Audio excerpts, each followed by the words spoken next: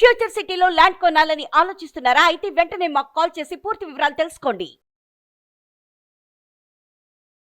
నమస్కారం. కార్తీక పురాణం మనం 11వ అధ్యాయంలోకి వచ్చాం. అయితే ఈ రోజున శనివారము శుద్ధ ఏకాదశి. కార్తీక శుద్ధ ఏకాదశిని క్షీరాబ్ది ఏకాదశి అంటారు. చాలా ప్రత్యేకమైంది. ఇది హరిబోధిని ఏకాదశిగా చెప్తారు. ఈ రోజున విష్ణుమూర్తి నిద్రలోంచి లేస్తారు. ఈ దేవసేని ఏకాదశి చేసుకున్నాం మనం, తొలి ఏకాదశి ఆషాఢ మాసాలు. ఈ 4 నెలలు యోగముద్రాభిరాముడుగా ఉన్నటువంటి పరమాత్మ ఈ రోజున నిద్రలేస్తాడు. కాబట్టి ఇది చాలా విశేషమైన రోజుగా చెప్పబడుతుంది.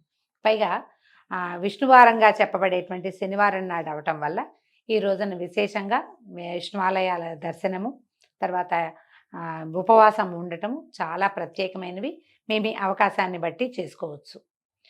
ఈ రోజంతా ఉపవాసం ఉండి రేపు 12వ రోజు అంటే ద్వాదశి నాడు పారణ చేయటం, తులసీధాత్రి కళ్యాణము అది చేసుకుంటాం. క్షీరాబ్ది ద్వాదశి లేదా చిలుకు ద్వాదశి అట్లా చెప్తారు. చిలుకు ఏకాదశి అని కూడా అంటారు. ఈ ప్రత్యేకమైన ఏకాదశిని సుసంపన్నం చేసుకోండి. ప్రత్యేకమైన రోజు ఉపవాసం ఉండొచ్చు, దానం చేసుకోవచ్చు, దేవాలయ దర్శనం చేయొచ్చు, దీపదానం చేయొచ్చు. పురాణం ఎలాగో మనం వింటాం కాబట్టి చెప్పబడిన ఉత్తమోత్తమ క్రియలన్నిటినీ ఆచరించి ఈ రోజున లభించే పుణ్యాన్ని మీరందరూ సొంతం చేసుకోవాలి. అయితే పారాయణలోకి వద్దాం. ఏం చెప్తున్నారో చూద్దాం. ఈ మందరోపాఖ్యానం చెప్తారు ఇక్కడ. అయితే ఈ కార్తీక మాసంలో అవిసె పువ్వులతో గనక పూజ చేస్తే, విష్ణు పూజ కనుక చేస్తే వాడికి పాపాలు నశించి చాంద్రాయణ వ్రత ఫలితం కలిగిన వాడుగా అవుతాడట వీడు. అయితే ఇంకా చెప్తున్నారు, గరికతోని కుశలతోటి అంటే దర్భలతోటి కూడా హరిని పూజించేవాడు పాప విముక్తుడై వైకుంఠానికి చేరుకుంటాడు. ఇక్కడ ఒక విశేషం ఉందండి. మనం మామూలుగా గరికతోటి పూజ ఎవరికి చేస్తాము? వినాయకుడికి మాత్రమే చేస్తాం. కార్తీకంలో విష్ణువుకి కూడా గరిక పూజ చేయొచ్చు. విభవనామాలు చెప్తాం కదా, కేశవాయ నమః, నారాయణాయ నమః, విభవనామాలు చెప్పినప్పుడు మనం గరికని సమర్పించుకోవచ్చు స్వామివారికి. అది కూడా చాలా విశేషమైన ఫలితం ఇస్తుంది. దర్భలతోటి కూడా, అంటే ఏవి లభించకపోతే దర్భలైనా పర్వాలేదు, అలాంటి శాస్త్రం కూడా చెప్పబడింది. మనం అవకాశాన్ని బట్టి మనకు బోల్డని పువ్వులు ఉంటాయి, అవి అవసరం లేదు. కానీ గరిక చాలా విశేషము. అవకాశం ఉంటే కార్తీకంలో ఒక్కరోజైనా విష్ణుమూర్తిని విభవనామాలని అర్చించేటప్పుడు పుష్పాలు పెట్టకుండా గరికని సమర్పిస్తే చాలా మంచిది. ఇది కార్తీక మాసం ఒక్కసారి చెప్పబడింది.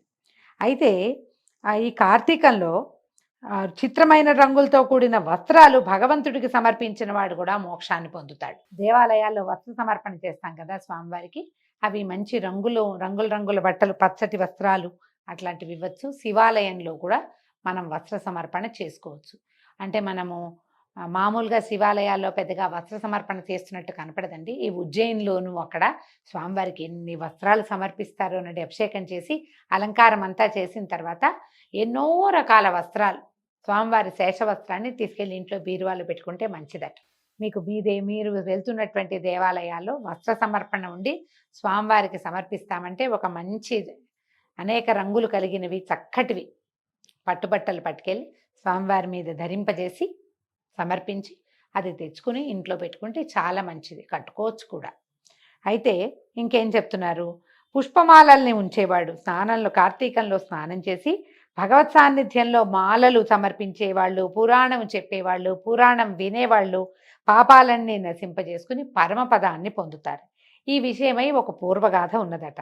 అది వినడం మాత్రంలోనే అనేక పాపాలు పోగొట్టి ఆయురారోగ్యాల ఐశ్వర్యాలను ఇస్తుంది. బహు ఆశ్చర్యకరంగా ఉంటుంది. ఇది చెప్తాను వినమన్నారు. పూర్వం కళింగ దేశంలో మందరుడు అనేటువంటి ఒక బ్రాహ్మణ ఆయన ఉండేవాడట. ఈయన స్నానం సంధ్యాదులు విడిచి ఇతరులకి కూలి చేస్తుండేవాడు. ఆయన చేయవలసిన కూలి చేయటం ఏం తప్పు కాదండి, పని చేయటం తప్పని కాదు. అసలు చేయవలసిన విధి ఒకటి ఉంది కదా. బ్రాహ్మణుడు దేశక్షేమం కోరి, లోకక్షేమాన్ని కోరి కొన్ని చేయాలి విధులు. సొంతానికి కూడా అవి అవసరం. స్నానము, సంధ్య, జపతపాదులు అత్యవసరంగా చేయాలి. అవి చేసి నువ్వు ఇంకేమైనా చేయొచ్చు. ఇవి మానేసి అవి చేయకూడదు. ఈ మానేసి ఈయన రకరకాల క్రియలు చేసేవాడు. అయితే ఇతనికి మంచి గుణాలు కలిగినటువంటి సుశీల అనే భార్య కూడా ఉండేది. ఆమె పతివ్రత, ఉత్తమ సాముద్రిక లక్షణాలతో కలిగిందై చక్కగా సౌందర్యవతిగా కూడా అమ్మాయి బాగుండేదట. అయితే ఈ భర్త దుర్గుణపూర్ణుడైనా అతని యందు ద్వేషమునుంచక సేవిస్తూ ఉండేది. తర్వాత ఈయన ఏమనుకున్నాడు, ఈ కూలి పనులు వీటన్నిటికీ బాగా డబ్బులు రావట్లేదని ఒక కత్తి పట్టుకుని వెళ్ళి అరణ్య మార్గంలో కనిపెట్టుకుని ఉండి ఆ దారిలో నడిచే వాళ్ళని కత్తితో బెదిరించో, అవసరమైతే ఓ 2 దెబ్బలు కొట్టో, వాళ్ళ ధనాన్ని అపహరించి ఇంటికి తెచ్చిచ్చేవాడు. ఇట్లా వాళ్ళ కాలం కొంత గడిచింది. ఇట్లా చౌర్యంతో సంపాదించిన వస్తువుల్ని ఏం చేసేవాడు, వేరే ప్రాంతాలకు తీసుకుపోయి అమ్మేసి డబ్బులు తీసుకొచ్చేసి ఆ డబ్బుతో కుటుంబాన్ని పోషించుకునేవాడు.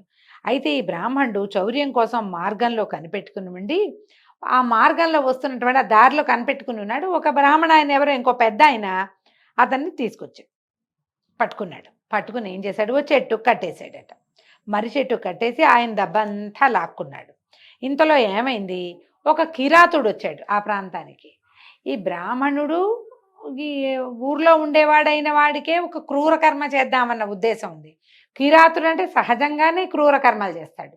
వాడికి ఎవరైనా లెక్కలేదు. వాడేం చేశాడు, ఈ కట్టేసున్న బ్రాహ్మణ్ణి, కట్టిన బ్రాహ్మణుణ్ణి ఇద్దరిని సంహరించాడు. సంహరించి ఈ వీళ్ళ దగ్గర ఉన్నటువంటి సొమ్ము, ఆయన సొమ్ము ఈయన దొంగిలించాడు. కట్టేసిన ఆయన దగ్గర నుంచి, కట్టబడిన ఆయన దగ్గర నుంచి కట్టేసిన వాడు కొంత సొమ్ము అపహరిస్తే ఆ సొమ్ముని ఈ కిరాతుడు అపహరించాడు. తర్వాత ఏమైంది, ఆ పక్కనే ఒక గుహలో వీడు భోజనం చేద్దాం అనుకున్నాడు. ఏదో తెచ్చుకున్నాడు చిన్న తిండి. అది తినడం కోసం ఒక అడుగు పక్కకేసి ఆ గుహలో కూర్చున్నాడు. ఆ గుహ లోపల ఏ మధ్యాహ్నమో వెళ్ళి విశ్రాంతిగా పడుకునుంది చల్లదనానికి ఒక పులి. ఈ మనుష్యుడి వాసన కొట్టి అదేం చేసింది, బయటకు వచ్చి కూర్చుని శుభ్రంగా అన్నం తింటున్నటువంటి కిరాతుడిని కొట్టిందట. కొట్టేసరికి పంజా వేసి కొట్టింది. కిరాతుడు కూడా దెబ్బతిన్నాడు. కానీ వాడు ఇలాంటి వాటికి అలవాటు పడి ఉన్నవాడు. చటుక్కుని ఏం చేశాడు, పక్కనే పెట్టుకున్న కత్తి, బాణము అవి ఇవి ఉన్నాయి, కత్తి పెట్టి పులిని కొట్టాడు. కొట్టేసరికల్లా ఒక పులి దెబ్బకి కిరాతుడు, కిరాతుడి దెబ్బకి పులి, ఇద్దరు మరణించారు. ఇక్కడ ఏమైంది, బయట ఈ గుహ పక్కనే ఇద్దరు బ్రాహ్మణులు, గుహ మొదటి గుమ్మంలోనే పులి, కిరాతుడు ఒకేసారి మరణించారు. యమలోకానికి వచ్చారు. యమలోకంలో కాలసూత్రం అనే ఒక నరకంలో పడేశారట. పడేస్తే ఈ నలుగురిని, అంటే 4 జీవాత్మలు, అదే నలుగురి యొక్క యాతనా శరీరాలని యమభట్లు ఏం చేశారట, పురుగులు, అమేధ్యం అంటే బురద, అంటే దుర్గంధపు ఇష్టమైన మలమూత్రాదులు లాంటివన్నమాట, వాటితో కూడినటువంటి భయంకరమైన చీకటిలో, తప్త రక్త కూపంలోను బాగా కాలుతున్నటువంటి నెత్తుట్లో కూడా పడేశారట. అయితే ఏమైంది, పాపం ఈయన భార్య ఉంది కదా సుశీలని, మొట్టమొదట బ్రాహ్మణుడి భార్య, కథలో మొదటివాడి భార్య మందరుడు అనేవాడు, వాడి భార్య ఇంకా భర్త వస్తాడని ఆయన కోసం రోజు కాస్త అన్నంత అన్నం వండుకుని చూసి, అతను రాకపోతే సాయంకాలం తనే భుజించి నిరంతరము భర్తను గురించే ఆలోచిస్తూ పాపం అలా వెయిట్ చేస్తూ ఉంది కొంతకాలానికి.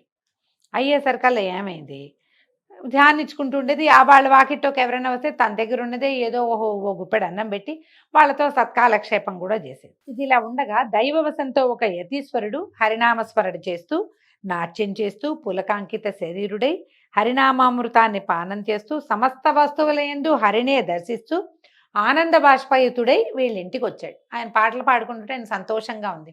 చెట్టు పుట్ట అన్నిట్లలోనూ భగవంతుడే కనిపిస్తున్నాడు. వచ్చి వీళ్ళ వాకిట్లో నుంచుంటే ఆవిడ ఏం చేసింది, సుశీల లోపల నుంచి వచ్చి ఈ యతిని చూసి ఆయనకి ఏదో భిక్ష పెట్టింది. కాస్త పెట్టి, అయ్యా మీరు మా ఇంటికి రావటం వల్ల నేను తరించాను, మీలాంటి వాళ్ళ దర్శనం చాలా దుర్లభంగా లభిస్తుంది, మా ఇంటి వద్ద నా భర్త లేడండి, నేను ఒక్కదాన్నే ఆయన్ని ధ్యానిస్తూ ఉన్నాను అని చెప్పాడు. చెప్పేసరికల్లా ఆయన ఏమన్నాడు, ఈవిడ ప్రియభాషిణి, చక్కగా సౌమ్యురాలుగా ఉండి చక్కగా మాట్లాడుతుంది, సౌమ్యంగా ఉన్న ఆ అమ్మాయిని చూసి, అమ్మాయి ఈ రోజున కార్తీక పౌర్ణమి మహాపర్వదినము, ఈ దినం అంతా సాయంకాలము మీ ఇంట్లో హరి సన్నిధిలో మీ ఇంట్లో పురాణ పఠనం చేస్తాను, పురాణానికి దీపం కావాలమ్మా, నూనె నా దగ్గర ఉన్న సంచిలో నూనె ఉందమ్మా, నువ్వు ఒత్తిని చేసి ఇవ్వు అన్నాడు. అనేసరికల్లా ఆవిడ అమ్మాయి సంతోషించి ఏం చేసింది, కాస్త గోమయం తెచ్చి ఇల్లంతా చక్కగా అలికి చక్కగా ముగ్గులు అవి పెట్టి వాళ్ళ ఇంట్లో ఉన్న దూదిని చూసుకుంది. దాంట్లో ఒత్తులు గింజలు అవి ఉన్నాయి. ఈ అమ్మాయి చక్కగా ఒత్తంతా ఈ పత్తి అంతా బాగా విడదీసి గింజలు తీసి పక్కన పెట్టి చక్కగా ఒత్తి చేసింది. చేసి 2 ఒత్తులు చేసి ఈయన దగ్గర యతీశ్వరుడి దగ్గర నూనె ఉందన్నాడుగా, ఇంట్లో నుంచి ఓ పాత ప్రమిద ఏదో తీసుకొచ్చింది. ఆయన నూనె పోసాడు.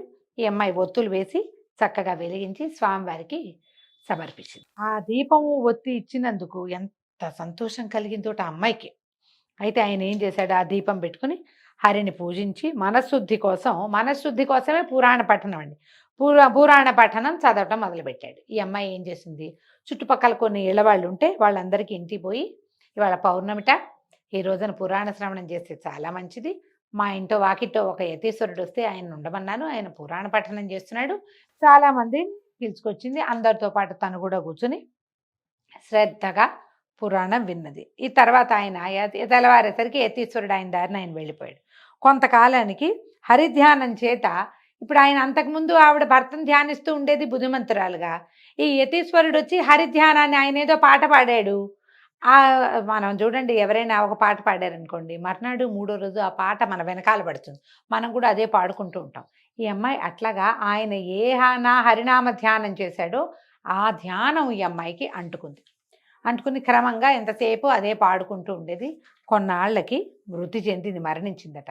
అప్పుడు ఏమైందట, చక్రాంకితులు, చతుర్బాహులు, పద్మాక్షులు, పీతాంబరధారులు అయినటువంటి విష్ణుదేవతలు దేవతల తోటలో ఉన్నటువంటి పుష్పాలతోటి, ముత్యాలతోటి, పగడాలతోటి రచింపబడిన మాలికలతోటి, వస్త్రాలతోటి, ఆభరణాలతోటి అలంకరింపబడినటువంటి విమానాలు తీసుకొచ్చి ఒక విమానాన్ని తెచ్చి సూర్యుని వలె ప్రకాశించేటువంటి ఆ విమానంలో ఆమెను ఎక్కించి జయ జయధ్వానాలు చేస్తూ కరతాళ ధ్వనులు చేస్తూ అనేక మంది వెంటరాగా వైకుంఠానికి తీసుకుపోయారు.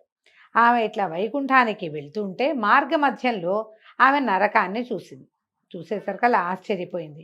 అయ్యా ఒక్క నిమిషం విష్ణుదూతలారా ఉండండి నాయనా అని చెప్పి ఈ నరక కూపంలో చూస్తే ఆ నరక కూపంలో ఈమెకి దైవవశాత్తు ఆమె భర్త ఇంకో ముగ్గురితో కలిసి అక్కడ కనపడేసరికల్లా అయ్యో ఈ నరక కూపంలో నా భర్త ఎందుకున్నాడు, ఆ విషయం ఏమిటో చెప్పండి అని బతిమలాడింది. అప్పుడు విష్ణుదూతలు ఇట్లా చెప్పారట, అమ్మా వీడు నీ భర్త ఏమో, ఇతడు కూలి చేసి తర్వాత దొంగతనం చేసి పరధనాపరణ చేసి వేదోక్తమైన ఆచారాన్ని వదిలి దుర్మార్గులతో చేరాడు, అందువల్లనే వీడు నరకంలో ఉన్నాడమ్మా అన్నాడు. ఈ రెండో బ్రాహ్మణుడైతే ఎవరైతే ఉన్నాడో అతను మిత్రద్రోహి, పరమపాతకుడు, బాల్యం నుంచి మిత్రుడిగా ఉన్నటువంటి ఒక యువకుడిని సంహరించి వాడి ధనాన్ని అపహరించి తన ఊరు వెళ్తుంటే నీ భర్త వీడిని కట్టేసి వాడి ధనాన్ని అపహరించాడు. ఇంతలో ఏమైంది, ఈ కిరాతుడి చేతిలో చంపబడ్డారు ఇద్దరు. పాపాత్ముడు గనక వాడు కూడా నరకంలోనే పడ్డాడు. ఇక మూడో వాడు ఉన్నాడే, వాడు కిరాతుడు. వాడేం చేశాడు, ఈ ఇద్దరు బ్రాహ్మణుల్ని సంహరించాడు, అందుకని వీడు కూడా నరకంలో ఉన్నాడు. తర్వాత ఏమైంది, ఈ పులి ఉన్నది కదా, ఈ పులి కిరాతుడిని చంపింది, అది కూడా ఇక్కడే ఉంది. ఈ పులి కూడా కిందటి జన్మలో ఏమిటి, ఒక ద్రావిడ బ్రాహ్మణుడు ద్వాదశి నాడు భక్ష్యాభక్ష్య విచారణ చేయక తైలాన్ని భుజించాడు, అందుకని వాడికి కూడా నరకం వచ్చిందమ్మా. వీళ్ళు నలుగురు ఒకసారి చచ్చిపోయేసరికి నలుగురికి ఒకే నరకము ఒకే సమయంలో లభించింది, వీళ్ళు నరకయాతల్ని పొందుతున్నారు అనేసరికల్లా అప్పుడు ఈవిడ అడిగిందట ఈ సుశీల అనే అమ్మాయి, అయ్యా మీరు ఏ పుణ్యం వలన నరకం నుండి విముక్తులవుతారు, వీళ్ళు ఏం చేస్తే వీళ్ళకి విముక్తి వస్తుంది అని అడిగేసరికల్లా దూతలు అన్నారట, అమ్మ కార్తీక మాసమందు నీ చేత చేయబడినటువంటి పుణ్యంలో పురాణ శ్రవణ ఫలితం ఒకటి ఉంది కదా, నువ్వు దీపం పెట్టావు అది నీకు ఉంచుకో, కానీ పురాణ శ్రవణం చేసావు దానికి ప్రత్యేకమైన ఫలితం ఉంది కదా, దాన్ని నీ భర్తకి ఇవ్వు, దానివల్ల అతడు విముక్తుడవుతాడు. ఈ పురాణ శ్రవణానికి దీపానికి నువ్వు సమర్పించిన ఒత్తిచ్చావు, నువ్వు ఆ ఒత్తి పుణ్యాన్నేమో కిరాతుడికి వ్యాఘ్రానికి ఇవ్వు, వాళ్ళిద్దరు కూడా విముక్తులవుతారు. తర్వాత ఇంకా ఏం చేశాను, పురాణ శ్రవణం కోసం ఇల్లు వెళ్ళావు, అందరిళ్ళకి వెళ్ళి మీరందరూ రండని వాళ్ళందరూ కూడా పురాణం వినడానికి కారణమయ్యావు, అది ఇంకో పుణ్యం. ఆ పుణ్యాన్ని ఈ వీడెవడో ఉన్నాడు కదా కృతఘ్నుడు, స్నేహితుడి డబ్బా అపహరించి ఈయన కిరాతుడి చేతిలో చచ్చిపోయాడు, అతడికి ఇస్తే కనుక వాడు కూడా ముక్తులవుతాడమ్మా. ఇట్లు ఆయా పుణ్యదానాల వల్ల వాళ్ళు విముక్తులవుతారనేసరికల్లా ఆమె ఆశ్చర్యపోయిందట బ్రాహ్మణ స్త్రీ. ఆయా పుణ్యాలని సమంత్రకంగా వారికి నలుగురికి దానం చేసింది.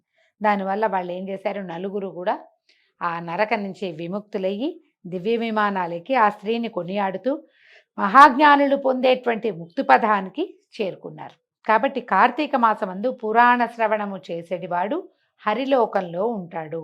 ఈ చరిత్రను ఏ చరిత్ర పురాణ శ్రవణం వల్ల ఇలాంటి ఫలితం లభిస్తోంది అని చెప్పబడినటువంటి ఈ చరిత్రను విన్నవాళ్ళు మనోవాకాయముల చేత సంపాదించబడినటువంటి పాపాన్ని నశింపజేసుకుని మోక్షాన్ని పొందుతారని 11వ అధ్యాయంలో స్పష్టంగా చెప్పబడింది. పురాణ శ్రవణం చేయండి. ఎవరైనా పురాణ శ్రవణాన్ని గురించి తెలియని వాళ్ళకి తెలియజేయండి. పురాణ శ్రవణం చేసే వాళ్ళని విమర్శించకండి. దీంతో ఈరోజు పారాయణ పూర్తయిందండి. రేపు ఉదయం 12వ రోజు పారాయణలో మళ్ళీ కలుసుకుందాము. నమస్కారం.